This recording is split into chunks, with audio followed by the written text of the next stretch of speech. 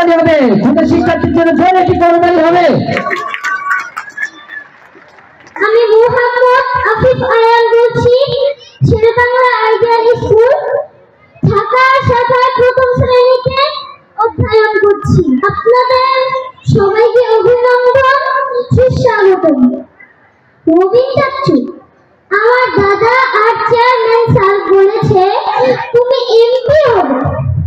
চাচ্চু, তুমি এমপি হলে কি অনেক বড় হবে? তখন তোমাকে কি আর দেখতে পাবো না? নবীন চাচ্চু, তুমি কি আমাদেরকে তখন ভুলে যাবে? আমাদের খোঁজ খবর রাখবে না? আমরা পড়াশোনা ভালোভাবে করি কিনা?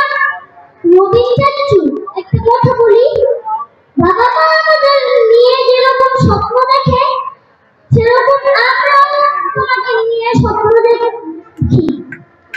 তুমি কি আমাদের স্বপ্ন পূরণ করবে?